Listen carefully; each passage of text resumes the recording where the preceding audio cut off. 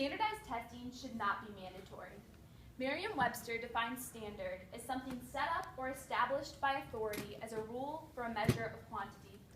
Standardized testing is standard. It's established by authority and it measures quantity, but it does not measure everyone. Students are not standard. When we hold them to a standard test, we sacrifice learning and diversity. By listening to this, you can open your eyes to the faults of standardized testing and how it directly affects you as high school students. Standardized testing harms more than it helps, and it should not be mandatory. My name is Brooke Ray, and I'm a junior at Chippewa Hills High School. This topic is directly affecting me because in less than a month, I'll have to take a state-mandated standardized test. And everyone in my grade as well has to take it, whether they're planning on attending college or not. I'm also doing an AP research paper, so I've developed a background of knowledge to share with you. So we're gonna go over the heinous and dark past of standardized testing, how it really is no better than your high school GPA for measuring your college grades, and how it offers nothing to students entering the workforce or trades. And it sacrifices learning and diversity to teach to a test. Starting with the past, Matthew Noster and Wayne Au said in the Journal for Race and Ethnicity in Education that question and answer standardized testing started as a form of IQ testing with the eugenic movement in the early 1900s. If you're not familiar with eugenics, it is what was used in the Holocaust to separate the good from the bad, the social undesirables, to remove them.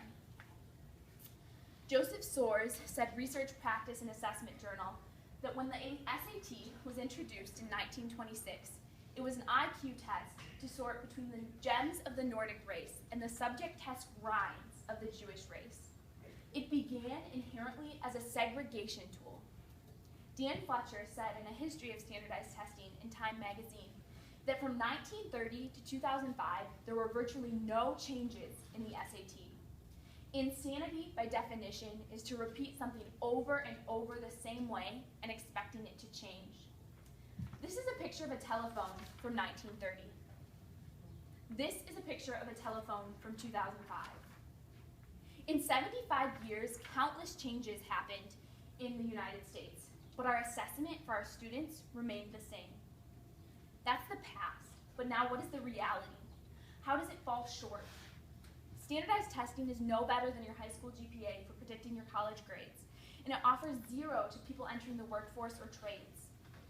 Currently in Michigan, every junior is mandated to take the SAT college entrance exam.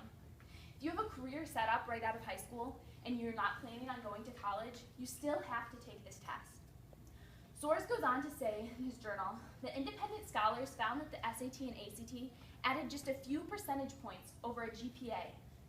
This is $1 billion industry for a test that really doesn't do much better than your high school GPA in predicting your grades. Aside from the lack of validity it gives to college-bound students, it offers almost nothing to people entering the workforce or trades because it only assesses mathematic and linguistic capabilities.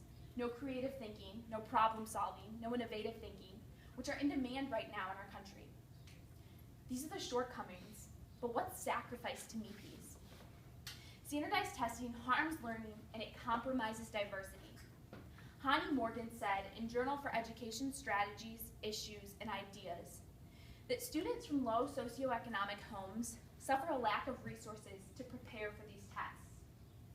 Because they don't have very much money, they can't put into the resources they need to prepare for these tests because these tests are not easy.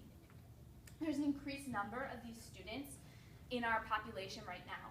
And by giving tests that they can't attain, that they can't do well, we're sacrificing a huge segment of diversity from our population.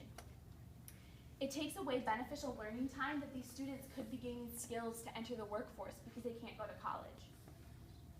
Morgan cites Professor Howard Garner of Harvard, who provides a list of varying intelligences that go into a well-rounded education. They include interpersonal, intrapersonal, musical, kinesthetic, and naturalist. Standardized testing only tests mathematics and linguistics. 5 intelligences are left out. Morgan notes that we resort to memorization and drills, and we sacrifice actual learning when we try to teach these standardized tests. This is the truth, but how do we change it?